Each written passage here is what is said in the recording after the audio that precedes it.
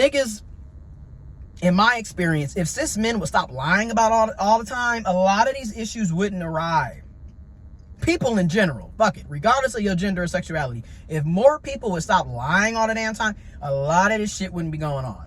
But anyways, why he drive all the way down here? I mean, in record time, because I mean, we're an hour away, and he drove an hour away, which this person drives rather fast, in my opinion, because my thing is, how the hell you get here in like 45 minutes, bro? Like, this is a good 60 plus miles away from here. Okay, but whatever. He pulled up. So again, this is what I'm talking about by the confusion.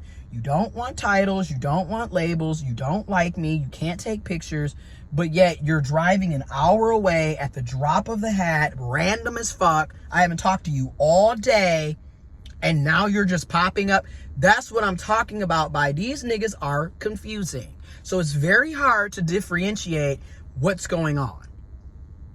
You never really know what's going on. Okay? And this is the type of shit that he would do all the time. So like every time I was pulling away because I was seeing like, okay, this is not really connecting. You don't really care. So I'm going to go on and do me. All of a sudden, here he come. And that's the other thing that I have to realize. All of this is toxic. If the only time you can show up for somebody is when the other person is finally deciding to put themselves first and pull their energy back, and now all of a sudden you're trying to be with them, that's fake. You don't like me. So stop acting like you like me. Leave me alone.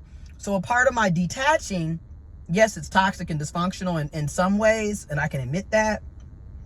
Arguably, you could say it's narcissistic. I can admit that. I definitely recognize I have an avoidant attachment, dysregulated attachment style. I know that. And at the same time, okay, there could be, two things can be true at the same time, nuances. Sometimes you have to leave people where they got you fucked up at. Because again, you're going to keep going through the same cycle, having the same conversations. Ain't nothing finna change year after year. Month after month, week after week, day after day. I'm sorry. You know me, I'm also very goofy, and I can be very childish. I can also be very immature. I can admit that. But if y'all remember, damn, I ain't finna go there. My millennials, some of my Gen Zers, and definitely some of my Gen Xers, you know where that song reference came from, right? Day after day. Set it off. Classic movie. Classic. Damn, that bitch about 30 years old now. That movie is 30 years old. Whoa, it's crazy. Anyway. They're going to keep doing that. Even though they don't want to be with you. They don't like you. They don't want to take pictures with you. They don't want to accept you. But they want to keep... Every time you try to dip set and go on your way, here they come. And that's what I mean by you don't see how that's toxic. So instead of having the same conversations over and over and over and over again, I'm going to leave. And this last time I left, I packed up everything and I got the fuck on down. I'm not even going to sit up here and lie. And the alcohol part about it is I pretty much knew going into December, like, this is going to be the last time I deal with a lot of this shit. Because that's the other thing about me. And I noticed with therapy and counseling, like, I will emotionally be detached way before I actually leave. And that's not just with romantic relationship. That's with my family. Because, like, when I disappeared and went and moved, that's the other thing. I literally left in the middle, like, at the very height of the pandemic. Like, July 2020, I dipped. I just randomly pulled up with a fucking U-Haul one day, and I will never forget. My granny called my uncle and my mom thinking that they were gonna prevent me or convince me into staying, even though I literally have a whole ass, one of them big ass U-Haul trucks. But that's the type of, what I mean by, basically what I'm saying is I had already detached from the whole situation prior to me moving.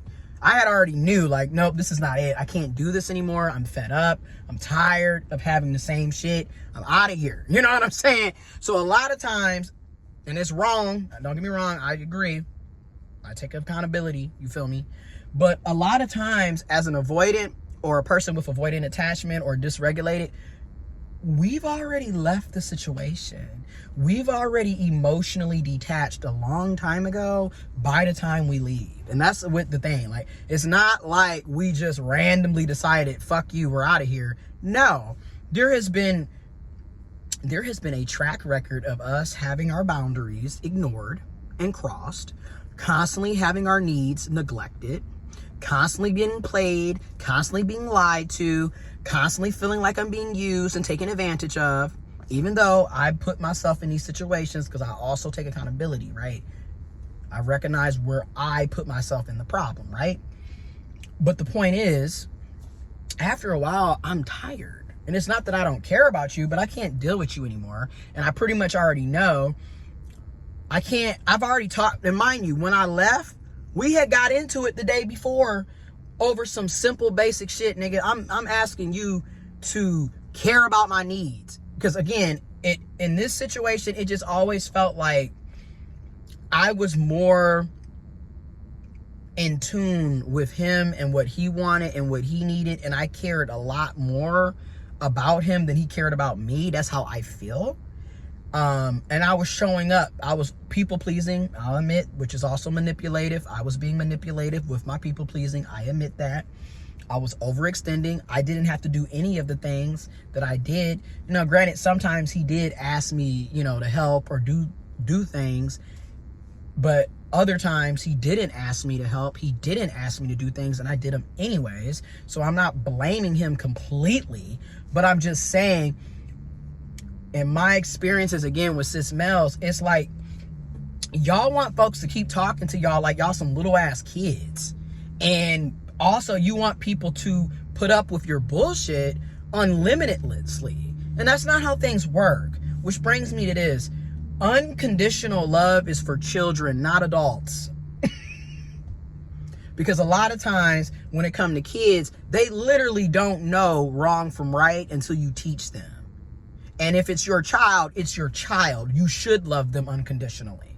But adults, these bitches, niggas, people know good and damn well what they're doing and what they're not doing.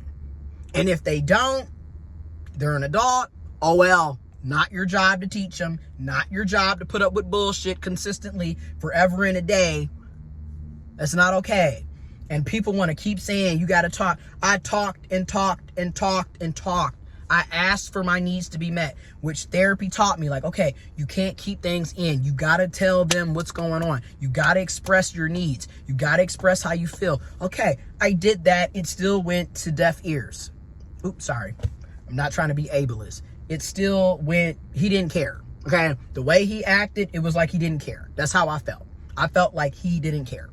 Okay, so I'm done talking. I'm leaving. And here we are, 11 weeks later.